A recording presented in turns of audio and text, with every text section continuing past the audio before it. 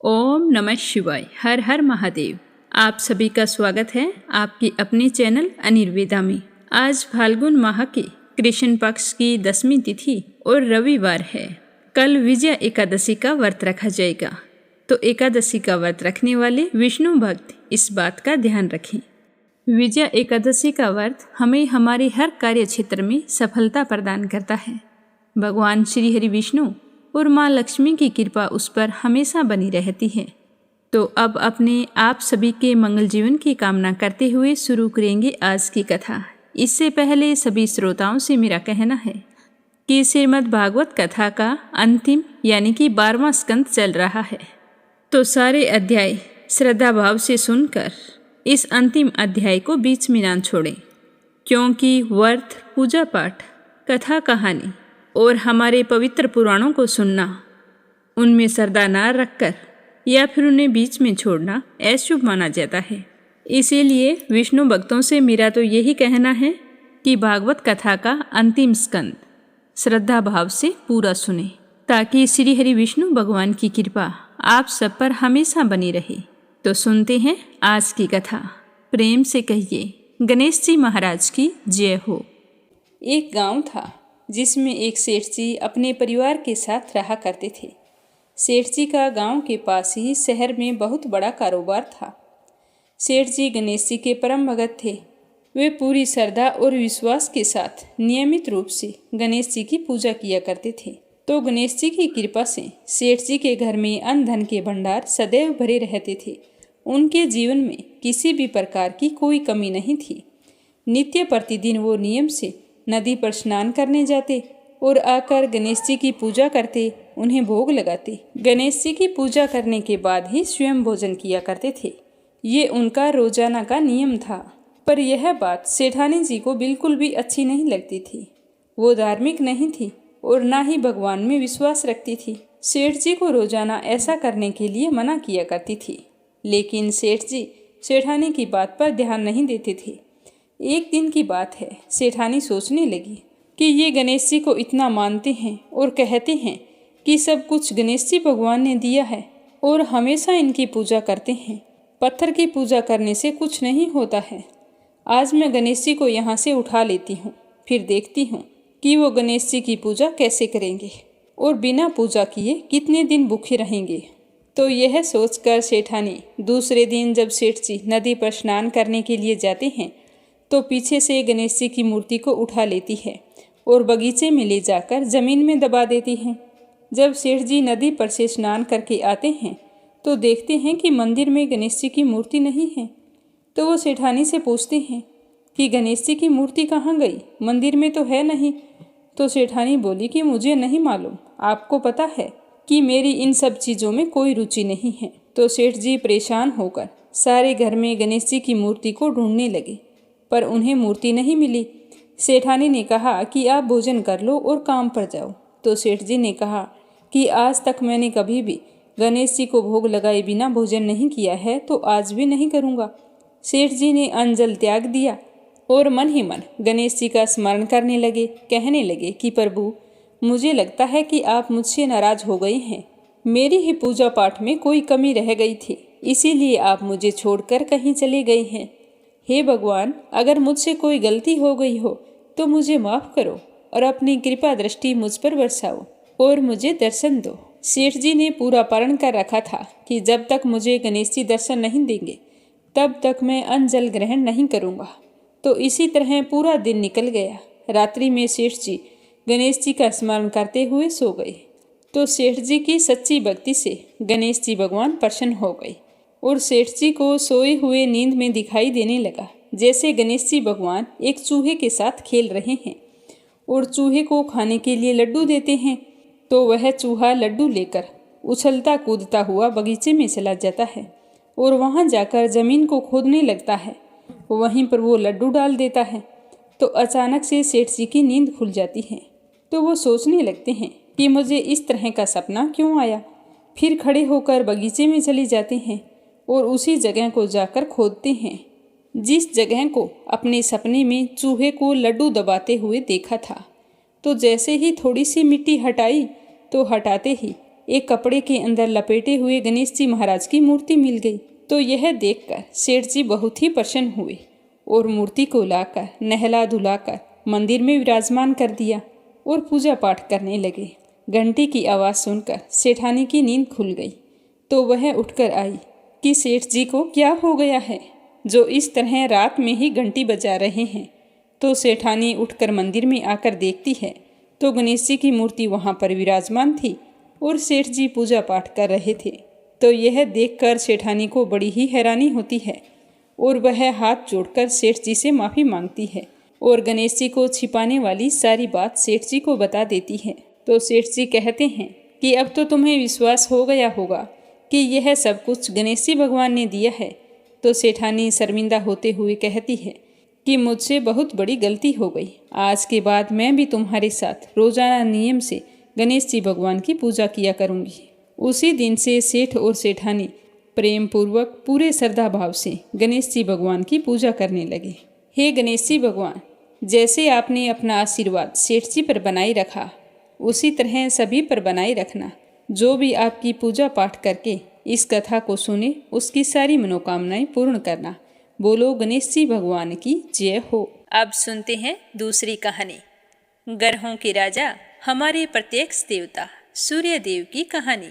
बोलो सूर्य नारायण की जय हो। पुराने समय की बात है, एक बुढ़िया रहती थी। वह नियमित रूप से रविवार का व्रत किया करती थी।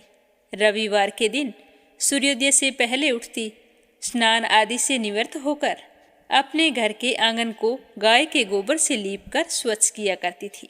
उसके बाद सूर्य भगवान की पूजा करते हुए रविवार का व्रत रखती। व्रत कथा सुनकर सूर्य भगवान को अर्घ्य देती। फिर पूरा दिन सूर्य देवता का स्मरण करते हुए दिन व्यतीत करती और शाम को एक ही समय भोजन करती थी। भोजन में वो कभी नमक नहीं खाती थी। इस तरह पूरे श्रद्धा भाव से सूर्य देवता की पूजा और व्रत किया करती थी। भगवान सूर्य देव भी उसके भक्ति भाव से बहुत ही प्रसन्न थे। बुढ़िया को किसी भी तरह की कोई चिंता नहीं थी। उसके घर में धन धान्य सब कुछ था। तो उस बुढ़िया को सुखी देखकर उसकी पड़ोसन उससे बहुत ही जलती थी। बुढ़िया की गाय नहीं थी तो वह बुढ़िया उस पड़ोसन के घर से ही गाय का गोबर लाकर अपने आंगन को लीपा करती थी। तो पड़ोसन सोचने लगी कि अगर बुढ़िया को गाय का गोबर ना मिले तो यह आंगन कैसे लीपेगी और आंगन नहीं लीप पाएगी तो रविवार का व्रत और पूजा पाठ कैसे करेगी।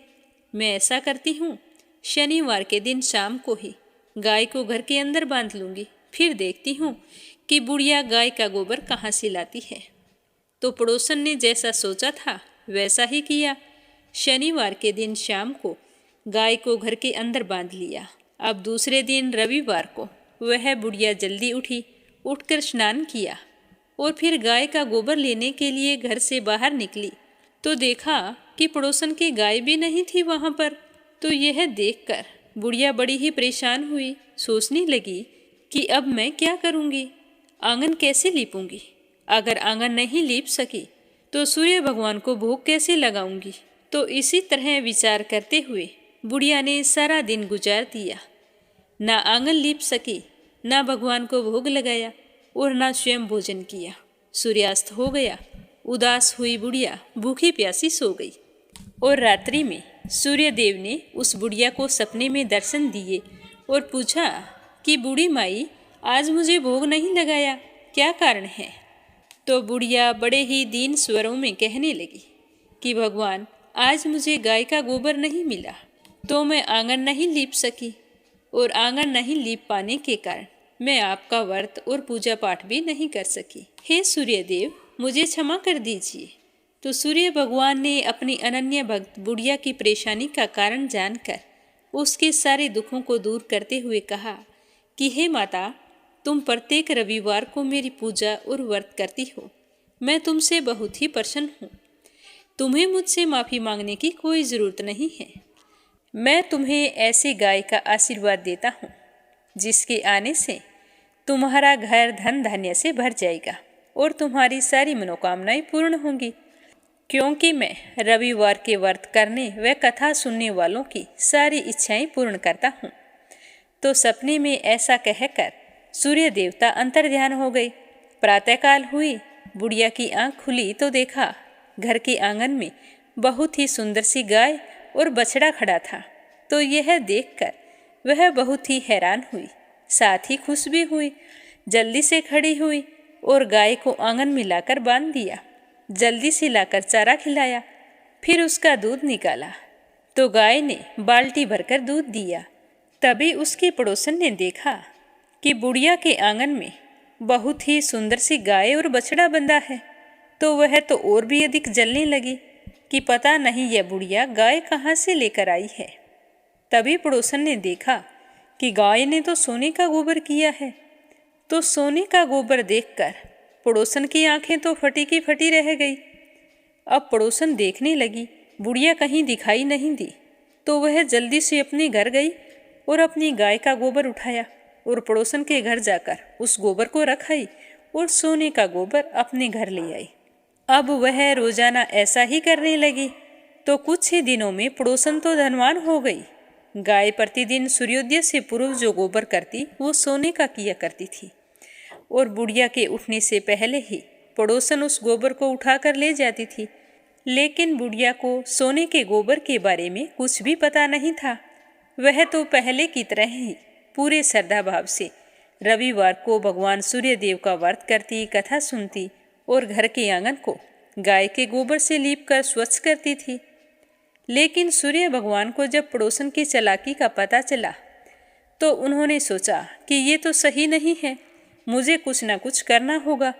तो शनिवार के दिन सूर्य देव ने जोर की आंधी चलाई। तो आंधी का प्रकोप देखकर बुढ़िया ने सोचा कि बछड़ा अभी छोटा है, ऐसा करती हूँ गाय और बछड़े को कमरे के अंदर बांध लेती हूँ। तो बुढ़िया ने गाय और बछड़े को अपने कमरे में बांध लिया और फिर सो गई। सुबह उठकर देखा कि गाय ने सोने का गोबर किया है। तो उसे देखकर बहुत ही आश्चर्य हुआ और सोचने लगी कि गाय रोजाना तो सोने का गोबर नहीं करती। फिर उसे समझ में आ गया कि जरूर गोबर तो सोने का करती है, पड़ोसन उठाकर ले जाती होगी, तभी तो गाय मेरे घर पर आई है और धनवान वो हो गई है। अब बूढ़ी माई गाय को रोजाना अपने घर के अंदर बांधने लगी। अब पड़ोसन को सोने का गोबर नहीं मिलता। अब बुढ़िया तो थोड़े से ही दिनों में धनवान हो गई और परदेश गया हुआ बुढ़िया का बेटा भी वापिस आ गया। तो अपने बेटे को वापिस आया देखकर बुढ़िया माई बहुत ही खुश हुई, सूर्य भगवान का धन्यवाद करने लगी और अपने बेटे को सूर्य देव के चमत्कार के बारे में बताया। तो जानकर उसका बेटा भी बहुत ही खुश हुआ। फिर उसके बेटे ने बहुत ही सुंदर सा मकान बना लिया और उसमें माँ बेटे बहुत ही खुशी खुशी रहने लगे। थोड़े दिनों बाद बुढ़िया ने अपने बेटे का विवाह भी कर दिया। अब इतनी खुशी देखकर उसकी पड़ोसन तो और भी ज़्यादा जल भुन गई। वह सोचने लगी कि किस तरह बुढ़िया को परेशान करूं जिससे उसकी सारी खुशियां खत्म हो जाए। मैं इसे सुखी नहीं देख सकती। तो उसने सोचते सोचते अपने पति को समझा बुझाकर उस नगर के राजा के पास भेज दिया। तो उसका पति राजा के पास गया और कहने लगा कि महाराज, हमारे पड़ोस में एक बुढ़िया रहती है, उसके पास एक चमत्कारी गाय है। वह रोजाना सूर्योदय होने से पहले सोने का गोबर करती है। तो मैं चाहता हूँ कि ऐसी सोने का गोबर देने वाली गाय तो राजमहल में होनी चाहिए। उस बुढ़िया के पास ऐसी गाय का क्या काम है? तो सुनकर राजा को भी बड़ी हैरानी हुई और राजा ने तुरंत अपने सैनिकों को भेजकर कहा कि तुम जाओ और उस बुढ़िया के पास से वो गाय लेकर आओ। तो राजा का आदेश पाकर सैनिक बुढ़िया के घर गए। जैसे ही सैनिक उस बुढ़िया के घर पहुँचे तो उस समय बूढ़ी माई सूर्य भगवान को भोग लगाकर स्वयं भोजन करने बैठी थी। तो राजा के सैनिकों ने कहा कि बूढ़ी माई, तुम्हारी यह गाय हम राजमहल में लेकर जा रहे हैं, राजा का आदेश है। तो बूढ़ी माई ने कहा कि यह गाय मुझे सूर्य भगवान ने दी है, मैं इसके गोबर से घर के आंगन को लीपकर स्वच्छ करती हूँ। आप मेरी गाय को मत लेकर जाओ। अगर आप गाय को ले गए तो मैं सूर्य भगवान की पूजा कैसे किया करूँगी। तो सैनिकों ने बुढ़िया की एक नहीं सुनी। बेचारी बुढ़िया बहुत रोई चिल्लाई, लेकिन राजा के सैनिक नहीं माने। गाय व बछड़े को लेकर चले गए। गाय के चले जाने के बाद में वह बुढ़िया बहुत ही दुखी हुई। उस दिन उसने कुछ नहीं खाया। अपनी माँ को उदास देखकर उसका बेटा कहने लगा कि माँ, तुम इस तरह उदास मत हो, तुम भोजन कर लो, बीमार पड़ जाओगी। राजा के आदेश के आगे हम कुछ नहीं कर सकते। आप इतना ही सोच लो कि भगवान ने हमें इतने ही दिनों के लिए गाय दी थी। मैं आपके लिए एक और अच्छी सी गाय खरीद के ले आऊँगा। पर बुढ़िया माई कहने लगी कि वो गाय तो मेरे भगवान ने मुझे दी थी। इस तरह कहकर वो रोने लगी। रोते रोते भूखी प्यासी ही सो गई और सारी रात सूर्य भगवान से गाय व बछड़े को लौटाने के लिए प्रार्थना करती रही। उधर राजा गाय को देखकर बहुत ही खुश हुआ और एक सुंदर से कमरे के अंदर गाय को बंधवा दिया और सोचने लगा कि अब तो मैं माला माल हो जाऊंगा। यह सोचते हुए राजा सो गया, परंतु खुशी के मारे नींद नहीं आ रही थी। सुबह हुई तो उठते ही राजा जल्दी से अपने कक्ष से बाहर निकले, यह सोचते हुए कि जाकर देखता हूँ कि गाय के सोने का गोबर कैसा है। तो जैसे ही अपने कमरे का दरवाज़ा खोला तो बहुत ही बुरी तरह से दुर्गंध आ रही थी। राजा की समझ में नहीं आ रहा था कि यह सब कुछ क्या हो रहा है। तो राजा ने बाहर निकलकर गाय के कमरे की ओर देखा तो बाहर तक लीद पसरी हुई पड़ी थी और सारा राजमहल दुर्गंध से भर गया था। तो यह देखकर राजा को बहुत ही गुस्सा आया और उन्होंने अपने सैनिकों को आदेश दिया कि तुम जल्दी से जाओ और उस बुढ़िया को यहाँ लेकर आओ। तो सैनिक राजा का आदेश पाकर बुढ़िया के घर की ओर चल पड़े। जाकर देखा बुढ़िया तो घर के बाहर बैठी रो रही थी। तो उसे देखकर कहने लगे कि आपको राजा ने बुलाया है, हमारे साथ चलो। तो वह बुढ़िया उन सैनिकों के साथ चल पड़ी। जैसे ही राज दरबार में पहुंची तो हाथ जोड़कर राजा को प्रणाम किया और आंसू बहाती रही। तो राजा ने पूछा कि हे बुढ़िया, मैंने तो सुना था कि यह गाय तुम्हारे घर सोने का गोबर किया करती थी, क्या तुम जादू टोने करती हो?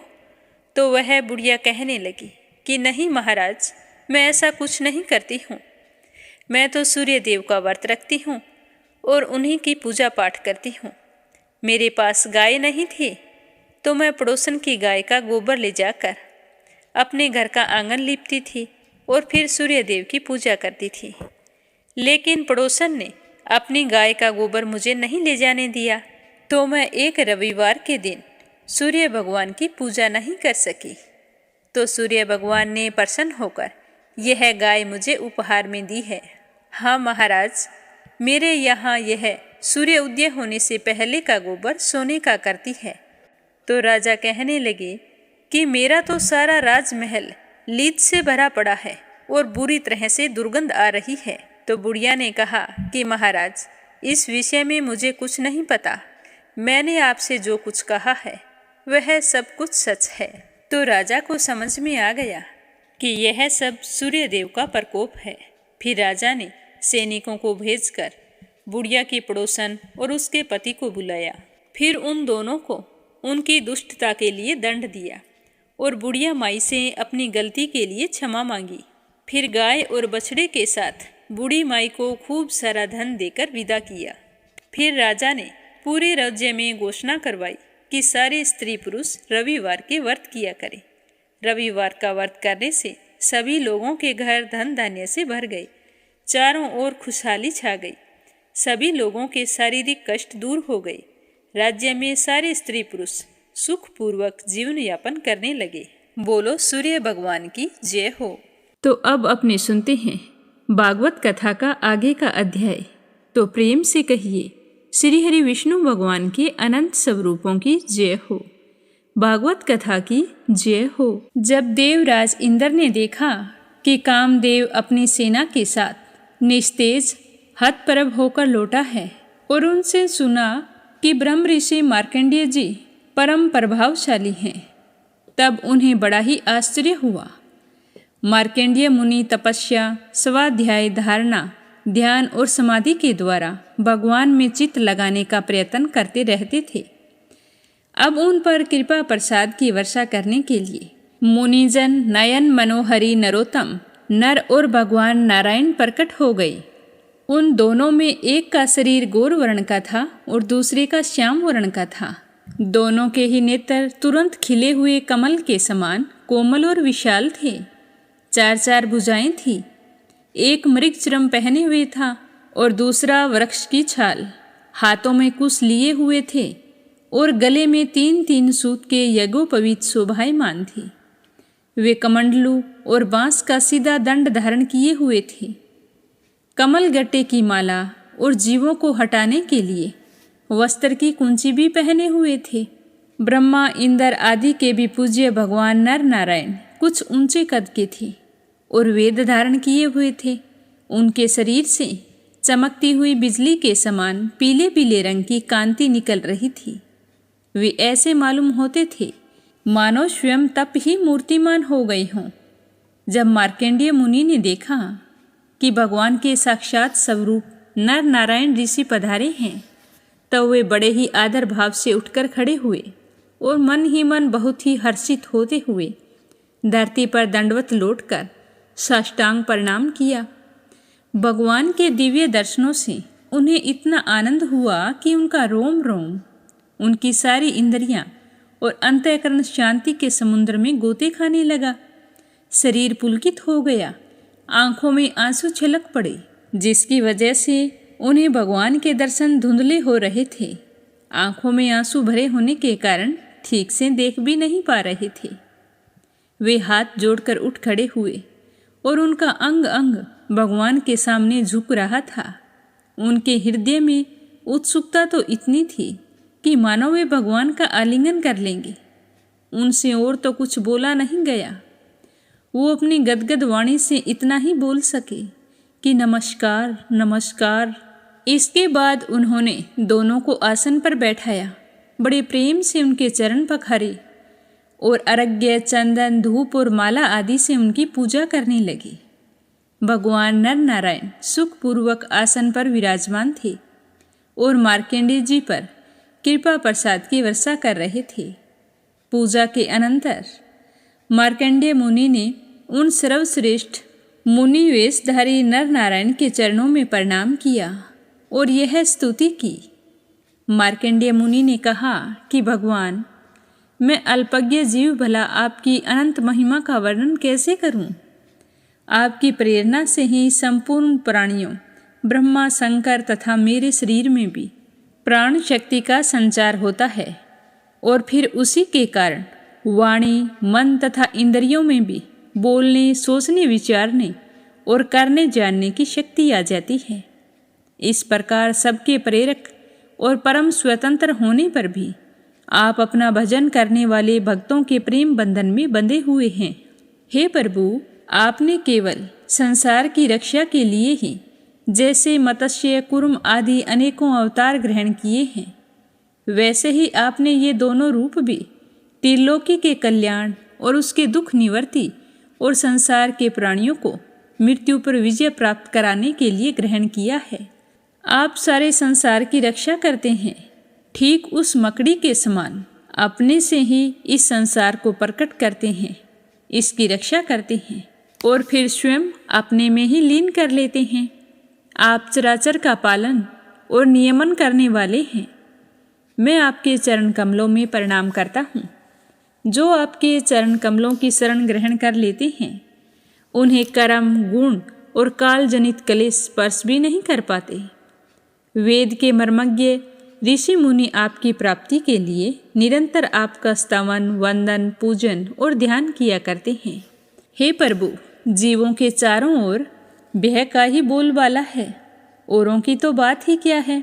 आपके काल रूप से तो ब्रह्मा आदि भी भयभीत रहते हैं, क्योंकि उनकी आयु भी सीमित केवल 2 प्रारब्ध की है। फिर उनके बनाए हुए भौतिक शरीर वाले प्राणियों के संबंध में तो कहना ही क्या है। ऐसी अवस्था में आपके चरण कमलों की शरण ग्रहण करने के अलावा और कोई भी परम कल्याण तथा सुख शांति का उपाय हमारी समझ में नहीं आता, क्योंकि आप स्वयं ही मोक्ष स्वरूप हैं। हे भगवान, आप समस्त जीवों के परम गुरु, सबसे श्रेष्ठ और सत्य ज्ञान स्वरूप हैं। इसीलिए आत्म स्वरूप को ढक देने वाले देह गेह आदि निष्फल, असत्य, नाशवान और प्रतीति मात्र पदार्थों को त्याग कर मैं आपके चरण कमलों की ही शरण लेता हूँ। कोई भी प्राणी यदि आपकी शरण ग्रहण कर लेता है तो वह उससे अपने सारे अभीष्ट पदार्थ प्राप्त कर लेता है। समस्त जीवों के पालनहार हे भगवान, सत्व, रज और तम ये तीनों गुण आपकी ही मूर्ति हैं। इन्हीं के द्वारा आप जगत की उत्पत्ति, स्थिति, लय आदि अनेकों मायामयी लीलाएं करते रहते हैं। फिर भी आपकी सत्व गुणमयी मूर्ति ही जीवों को शांति प्रदान करती है। रजोगुणी और तमोगुणी मूर्तियों से जीवों को शांति नहीं मिल सकती, क्योंकि उनसे तो दुख, मोह और भय की वृद्धि हो जाती है। हे भगवान, इसीलिए बुद्धिमान पुरुष आपकी और आपके भक्तों की परम प्रिय एवं शुद्ध मूर्ति नर नारायण की उपासना करते हैं। 5 रात्र सिद्धांत के अनुयायी संसार सत्व को ही आपका श्री विग्रह मानते हैं। उसी की उपासना से आपके नित्य वैकुंठ की प्राप्ति होती है। आपके उस धाम की यह विलक्षणता है कि वह लोक होने पर भी सर्वथा भय रहित और भोग युक्त होने पर भी आत्मानंद से परिपूर्ण है। वे रजोगुण और तमोगुण को आपकी मूर्ति स्वीकार नहीं करते। हे भगवान, आप अंतर्यामी, सर्वव्यापक, सर्वस्वरूप, जगत गुरु, परम आराध्य और शुद्ध स्वरूप हैं। समस्त लौकिक और वैदिक वाणी आपके अधीन हैं। आप ही वेद मार्ग के प्रवर्तक हैं। मैं आपके इस युगल स्वरूप नरोत्तम नर और ऋषिवर नारायण को नमस्कार करता हूँ। आप प्रत्येक जीव की इंद्रियों तथा उसके विषयों में, प्राणों में तथा हृदय में भी विद्यमान हैं। तो भी आपकी माया से जीव की बुद्धि इतनी मोहित हो जाती है, बुद्धि मानो ढक जाती है कि वह निष्फल और झूठी इंद्रियों के जाल में फंसकर आपकी झांकी से वंचित हो जाता है। किंतु सारे जगत के गुरु आप ही हैं। इसीलिए पहले अज्ञानी होने पर भी जब आपकी कृपा से उसे आपके ज्ञान भंडार वेदों की प्राप्ति होती है, तब वह आपके साक्षात दर्शन कर लेता है। हे भगवान, वेद में आपका साक्षात्कार कराने वाला वह ज्ञान पूर्ण रूप से विद्यमान है, जो आपके स्वरूप का रहस्य प्रकट करता है। ब्रह्मा आदि बड़े बड़े प्रतिभाशाली मनीषी उसे प्राप्त करने का यत्न करते रहने पर भी उनके मोह में पड़ जाते हैं। आप भी ऐसे लीला विहारी हैं, किंतु विभिन्न मत वाले आपके संबंध में जैसा सोचते विचारते हैं, वैसा ही शील, स्वभाव और रूप ग्रहण करके आपके सामने प्रकट हो जाते हैं। वास्तव में आप देह आदि समस्त उपाधियों में छिपे हुए विशुद्ध विज्ञान घन ही हैं। हे पुरुषोत्तम, मैं आपकी वंदना करता हूँ। श्री सूत जी बताने लगे कि जब ज्ञान संपन्न मार्कंडेय जी मुनि ने इस प्रकार स्तुति की, तब भगवान नर नारायण ने प्रसन्न होकर मार्कंडेय जी से कहा कि हे ब्रह्म ऋषि शिरोमणि, तुम चित्त की एकाग्रता, तपस्या, स्वाध्याय, संयम और मेरी अनन्य भक्ति से सिद्ध हो गए हो। तुम्हारे इस आजीवन ब्रह्मचर्य व्रत की निष्ठा देखकर हम तुम पर बहुत ही प्रसन्न हुए हैं। तुम्हारा कल्याण हो। मैं समस्त वर देने वालों का स्वामी हूँ, इसीलिए तुम अपना अभीष्ट वरदान मुझसे मांग लो। तुम्हारी मनोकामना पूर्ण करके मुझे बड़ी ही प्रसन्नता होगी। तो उनकी यह बात सुनकर मार्कंडेय मुनि ने कहा कि हे भयहारी अच्युत, आपकी जय हो, आपकी जय हो। मैं आपको बार बार नमस्कार करता हूँ। मेरे लिए तो इतना ही वरदान पर्याप्त है कि आपने कृपया करके अपने मनोहर स्वरूप का दर्शन कराया। पितामह शंकर आदि देवगण योग साधना के द्वारा एकाग्र हुए मन से आपके परम सुंदर श्री चरण कमलों का दर्शन प्राप्त करके कृतार्थ हो गए हैं, और आज आपने मेरे सामने प्रकट होकर मुझे भी धन्य बना दिया है। पवित्र कीर्ति महानुभवों के शिरोमणि कमल नयन, फिर भी आपकी आज्ञा के अनुसार मैं आपसे वरदान मांगता हूँ। मैं आपकी वह माया देखना चाहता हूँ जिससे मोहित होकर सभी लोग और लोकपाल अद्वितीय वस्तु ब्रह्मा में अनेक प्रकार के भेद और विभेद देखने लगते हैं। तो सूत जी इस तरह बताते हुए कहने लगे कि हे शौनक जी, जब इस प्रकार मार्कंडेय मुनि ने भगवान नर नारायण की इच्छा अनुसार स्तुति पूजा कर ली और वरदान मांगा, तब उन्होंने मुस्कुराते हुए कहा कि ठीक है, ऐसा ही होगा। इसके बाद वे अपने आश्रम बद्रीवन को चले गए। मार्कंडेय मुनि अपने आश्रम पर ही रहकर निरंतर इस बात का चिंतन करते रहते कि मुझे माया के दर्शन कब होंगे। वे अग्नि, सूर्य, चंद्रमा, जल, पृथ्वी, वायु, आकाश एवं अंतःकरण में और तो क्या सर्वत्र भगवान का ही दर्शन करते हुए मानसिक वस्तुओं से उनका पूजन करते रहते।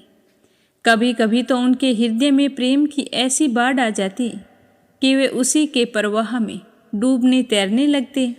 उन्हें इस बात का भी बिल्कुल ही आभास नहीं रहता कि उन्हें कब, कहाँ और किस प्रकार भगवान की पूजा करनी चाहिए। वो उस समय सब कुछ भूल जाते। एक दिन की बात है, संध्या के समय पुष्पभद्रा नदी के तट पर मार्कंडेय मुनि भगवान की उपासना में तन्मय हो गए थे। उसी समय एकाएक बड़े जोर की आंधी चलने लगी। उस समय आंधी के कारण बड़ी ही भयंकर आवाजें होने लगी और बहुत बड़े बड़े बादल आकाश में मंडराने लगे और बिजली चमक चमक कर जोरों से कड़कने लगी और रथ के धुरे के समान जल की मोटी मोटी धाराएं पृथ्वी पर गिरने लगी। मार्कंडेय मुनि को ऐसा दिखाई पड़ रहा था कि चारों ओर से चारों समुद्र समुची पृथ्वी को निगलते हुए उमड़े आ रहे हैं। आंधी के वेग से समुद्र में बड़ी बड़ी लहरें उठ रही हैं और उनकी ध्वनि इतनी भयंकर है कि कानों के आर पार जा रही थी। जगह जगह पर बड़े बड़े मगरमच्छ उछल रहे थे। उस समय बाहर भीतर चारों ओर जल ही जल दिखाई दे रहा था। ऐसा लग रहा था कि उस जल राशि में पृथ्वी ही नहीं, स्वर्ग भी डूब रहा है। और साथ ही बड़े जोरों से आंधी चल रही थी, बिजली चमक रही थी, जिससे संपूर्ण जगत संतप्त हो रहा था। जब मुनि ने देखा कि इस जल प्रवाह से सारी पृथ्वी डूब गई है, तो उद्विज, स्वेदज, अंडज और जरायु चारों प्रकार के प्राणी तथा स्वयं वे भी अत्यंत व्याकुल हो रहे थे। तो वे उदास होने के साथ साथ अत्यंत भयभीत भी हो रहे थे। उनके सामने ही प्रलय समुद्र में भयंकर लहरें उठ रही थी। आंधी के वेग से जल राशि उछल रही थी और प्रलयकालीन बादल बरस बरस कर समुद्र को और भी भरते जा रहे थे। उन्होंने देखा कि समुद्र ने द्वीप, वर्ष और पर्वतों के साथ सारी पृथ्वी को डुबो दिया है। पृथ्वी, अंतरिक्ष, स्वर्ग, ज्योतिर्मंडल और दिशाओं के साथ तीनों लोक जल में डूब गए। उस समय एकमात्र महामुनि मार्कंडेय जी ही बचे रहे। उस समय वे पागल और अंधे के समान जटा फैलाकर यहाँ से वहाँ, वहाँ से वहाँ अपने प्राणों को बचाने की चेष्टा कर रहे थे और वे भूख और प्यास से व्याकुल हो रहे थे। तब उनके ऊपर कभी तो मगरमच्छ टूट पड़ते और कभी जोरों से तेज हवा का झोंका आ जाता और कभी लहरों के थपेड़े लगने लगते। तो इस तरह वो बहुत ही बुरी तरह से घायल हो गए थे। इधर उधर भटकते हुए अपार अज्ञान अंधकार में पड़ गए और बेहोश हो गए। वे इतने थक गए थे कि उन्हें पृथ्वी और आकाश तक का ज्ञान नहीं रहा। तो इस तरह मार्कंडेय जी ऋषि कभी बड़े भारी भंवर में पड़ जाते, कभी तरल तरंगों की चोट से चंचल हो उठते, जब कभी जल जंतु आपस में एक दूसरे पर आक्रमण करते, तब ये अचानक ही उनके शिकार बन जाते। कहीं शोकग्रस्त हो जाते तो कहीं मोहग्रस्त हो जाते। कभी दुख ही दुख के निमित्त आते तो कभी थोड़ा सा सुख भी मिल जाता। कभी बुरी तरह से भयभीत हो जाते तो कभी उन्हें तरह तरह के रोग सताने लगते। इस प्रकार मार्कंडेय मुनि विष्णु भगवान की माया के चक्कर से मोहित हो रहे थे। उस प्रलय काल के समुद्र में भटकते भटकते करोड़ों वर्ष बीत गए। मार्कंडेय मुनि इस प्रकार प्रलय के जल में बहुत समय तक भटकते रहे। एक बार उन्होंने पृथ्वी के एक टीले पर एक छोटा सा बरगद का पेड़ देखा। उसमें हरे हरे पत्ते और लाल लाल फल शोभायमान थे। बरगद के पेड़ में ईशान कोण पर एक डाल थी जिसमें एक पत्तों का दोना सा बन गया था और उसी पर एक बड़ा ही सुंदर नन्हा सा शिशु लेटा था। उसके शरीर से उज्जवल छटा छिटक रही थी जिससे आसपास का अंधेरा भी छंट रहा था। वह मरकतमणि के समान सांवला सलोना था। मुख कमल पर सारा सौंदर्य फूट पड़ता था।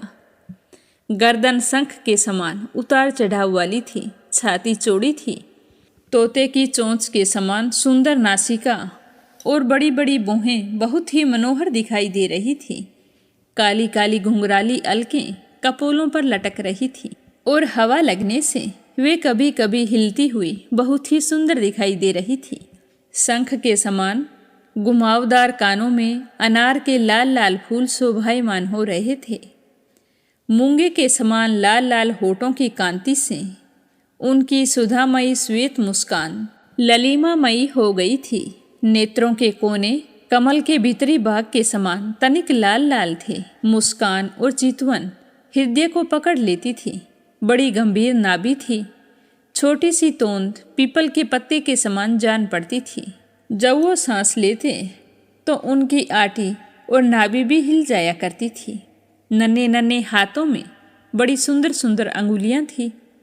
वह शिशु अपने दोनों कर कमलों से एक चरण कमल को मुख में डालकर चूस रहा था। मार्कंडेय मुनि यह दृश्य देखकर बड़े ही हैरान हुए। तो इस तरह उस दिव्य बालक को देखकर मार्कंडेय ऋषि की सारी थकावट दूर हो गई। आनंद से उनके हृदय कमल और नेत्र कमल खिल उठे। शरीर पुलकित हो गया। उस नन्हे शिशु के इस अद्भुत भाव को देखकर उनके मन में तरह तरह की शंकाएं कि यह कौन है, कहाँ से आया है, यहाँ कैसे पहुँच गया। इन्हीं शंकाओं का समाधान करने के लिए वे शिशु के सामने सरक कर बैठ गए। जैसे ही मार्कंडेय ऋषि उस शिशु के सामने पहुँचे तो उस शिशु के श्वास के साथ ही उसके शरीर के भीतर घुस गए, जैसे कोई मच्छर किसी के पेट में चला गया हो। और फिर उसी शिशु के पेट में जाकर उन्होंने सब की सब वही सृष्टि देखी जैसी प्रलय के पहले उन्होंने देखी थी। और इतना विचित्र दृश्य देखकर वो तो आश्चर्यचकित हो गए। वे मोहवश कुछ सोच विचार नहीं सके। मार्कंडेय ऋषि ने उस नन्हे शिशु के पेट में आकाश, अंतरिक्ष, ज्योतिर्मंडल, पर्वत, समुंदर, द्वीप, वर्ष, देवता, दिशाएं, दैत्य, वन, देश, नदियाँ, खाने, नगर, किसानों के गांव, अहिरों की बस्तियाँ, आश्रम, वर्ण, उनके आचार विहार, पंच महाभूत, भूतों से बने हुए प्राणियों के शरीर तथा पदार्थ, अनेक युगों और कल्पों के भेद से युक्त काल आदि सब कुछ देखा। इसके साथ साथ उन्होंने यह भी देखा कि वस्तुओं और कालों के द्वारा जगत का व्यवहार संपन्न होता है, वह सब कुछ वहाँ पर विद्यमान था। यह संपूर्ण विश्व न होने पर भी वहाँ सत्य के समान प्रतीत होते हुए देखा। हिमालय पर्वत, वही पुष्पभद्रा नदी, उसके तट पर अपना आश्रम और वहाँ रह रहे सारे ऋषियों को भी वहाँ देखा। तो इस तरह प्रत्यक्ष देखकर मार्कंडेय ऋषि को बड़ी ही हैरानी हुई। इस प्रकार संपूर्ण विश्व को देखते ही देखते वे उस दिव्य शिशु के श्वास द्वारा बाहर निकाल लाए और फिर प्रलयकालीन समुद्र में गिर पड़े। उसके बाद मार्कंडेय ऋषि ने देखा कि समुद्र के बीच में पृथ्वी के टीले पर वही बरगद का पेड़ ज्यों का त्यों विद्यमान है और उसके पत्ते के दोने में वही शिशु सोया हुआ है। फिर उसके अधरों पर प्रेम अमृत से परिपूर्ण मंद मंद मुस्कान और अपनी प्रेम पूर्ण चितवन वह मार्कंडेय जी की ओर देख रहा था। अब मार्कंडेय मुनि इंद्रियातीत भगवान को जो शिशु के रूप में क्रीड़ा कर रहे थे और नेत्रों के मार्ग से पहले ही हृदय में विराजमान हो चुके थे, आलिंगन करने के लिए बड़ी ही परेशानी और कठिनाई से लेकर आगे बढ़े। भगवान केवल योगियों के ही नहीं, स्वयं योग के भी स्वामी और सबके हृदय में छिपे रहने वाले हैं। अभी मार्कंडेय मुनि उनके पास पहुंच भी नहीं पाए थे कि वे अचानक से अंतर्ध्यान हो गए। तो शिशु के अंतर्ध्यान होते ही वह बरगद का वृक्ष तथा प्रलयकालीन दृश्य एवं जल भी तत्काल लीन हो गया और मार्कंडेय मुनि ने देखा कि मैं तो पहले के समान ही अपने आश्रम में ही बैठा हुआ हूँ। इस तरह बताते हुए सूत जी कहने लगे कि शौनकादिक ऋषियों, मार्कंडेय मुनि ने इस प्रकार नारायण निर्मित योग माया वैभव का अनुभव किया और यह निश्चय करके कि इस माया से मुक्त होने के लिए मायापति भगवान की शरण ही एकमात्र उपाय है और उन्हीं की शरण में स्थित हो गए। मार्कंडेय जी मुनि मन ही मन कहने लगे कि प्रभु, आपकी माया वास्तव में प्रीति मात्र होने पर भी सत्य ज्ञान के समान प्रकाशित होती है और बड़े बड़े विद्वान भी उसके खेलों में मोहित हो जाते हैं। आपके श्री चरण कमल ही शरणागतों को सब प्रकार से अभयदान करते हैं, इसीलिए मैंने उन्हीं की शरण ग्रहण की है। इस तरह बताते हुए सूत जी कहने लगे कि मार्कंडेय जी ऋषि इस प्रकार शरणागति की भावनाओं में तन्मय हो रहे थे। उसी समय भगवान शंकर पार्वती जी के साथ नंदी पर सवार होकर आकाश मार्ग से विचरण करते हुए उधर से निकले और मार्कंडेय जी को उसी अवस्था में देखा। उनके साथ बहुत सारे गण थे। जब भगवती पार्वती ने मार्कंडेय मुनि को ध्यान की अवस्था में देखा, तब उनका हृदय वात्सल्य स्नेह से उमड़ आया। उन्होंने शंकर भगवान से कहा कि स्वामी, तनिक इस ब्राह्मण की ओर देखिए। जैसे तूफान शांत हो जाने पर समुद्र की लहरें और मछलियाँ शांत हो जाती है और समुद्र धीर गंभीर हो जाता है, वैसे ही इस ब्राह्मण का शरीर, इंद्रिय और अंतःकरण शांत हो रहा है। समस्त सिद्धियों के दाता आप ही हैं, इसीलिए आप कृपया करके इस ब्राह्मण की तपस्या का पूरा फल प्रदान कीजिए। तो भगवान शंकर ने कहा कि हे देवी, ये ब्रह्म ऋषि लोक अथवा परलोक की कोई भी वस्तु नहीं चाहते हैं। इनके मन में कभी मोक्ष की भी आकांक्षा नहीं होती। इसका कारण यह है कि घट घट के वासी अविनाशी भगवान के चरण कमलों में इन्हें परम भक्ति प्राप्त हो चुकी है। इसीलिए हे पार्वती, इन्हें अब हमारी कोई ज़रूरत नहीं है। फिर भी मैं इनके साथ बातचीत करूँगा, क्योंकि ये महात्मा पुरुष हैं। जीव मात्र के लिए सबसे बड़े लाभ की बात यही है कि संत पुरुषों का समागम प्राप्त हो। श्री सूत जी कहने लगे कि शौनक जी, भगवान शंकर समस्त विद्याओं के प्रवर्तक और सारे प्राणियों के हृदय में विराजमान अंतर्यामी प्रभु हैं। जगत के जितने भी संत हैं, उनके एकमात्र आश्रय और आदर्श भी वही हैं। भगवती पार्वती से इस प्रकार के वचन कहकर भगवान बोले शंकर मार्कंडेय मुनि के पास चली आई। उस समय मार्कंडेय मुनि की समस्त मनोवृत्तियाँ भगवत भाव में तन्मय थी। उन्हें अपने शरीर और जगत का बिल्कुल भी पता नहीं था, तो उन्हें इस बात का बिल्कुल भी भान नहीं हुआ कि उनके सामने सारे विश्व की आत्मा स्वयं भगवान गौरी शंकर पधारे हैं। हे शौनक जी, सर्वशक्तिमान भगवान कैलाशपति से यह बात छिपी नहीं रही कि मार्कंडेय मुनि इस समय कौन सी अवस्था में हैं।